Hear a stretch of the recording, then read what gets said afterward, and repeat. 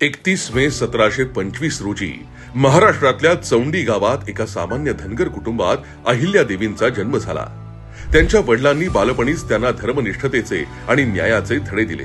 त्यांच्या तेजानं दिपून गेल्यामुळे ग्वाल्हेर घराण्याचे प्रमुख मल्हारराव होळकर यांनी त्यांच्या वडिलांना आणि अहिल्यादेवींना होळकर घराण्याची सून म्हणून येण्यासाठी मागणी घातली. केवळ 10व्या वर्षी खंडेराव होळकरांशी त्यांचा विवाह झाला. मात्र तरुण वयातच त्यांच्या पती, पुत्र आणि सासऱ्यांचा मृत्यू झाला. या भीषण दुःखातून कोसळून जाण्याऐवजी त्यांनी इतिहासात अजरामर होणारं धैर्य दाखवलं आणि इंदूरच्या गादीवर समर्थपणे राज्य केलं. अहिल्याबाईंनी मंदिराचा पुनरुद्धार, घाट बांधणी, विधवांना सन्मान, शिक्षणाचा प्रसार, न्याय व्यवस्थेतील पारदर्शकता आणि समाजातील समतेसाठी क्रांतिकारी पावलं उचलली. त्या केवळ शासनकर्त्या नव्हत्या तर धर्मरक्षिका, समाज सुधारक आणि स्त्री शक्तीच्या सर्वोच्च आदर्श होत्या. त्यांच्या जीवन कार्यातून प्रेरणा घेत आपण त्यांची 300वी जयंती साजरी करूया आणि त्यांचा संदेश आचरणात आणूया. हीच त्यांच्यासाठी खरी मानवंदना ठरेल.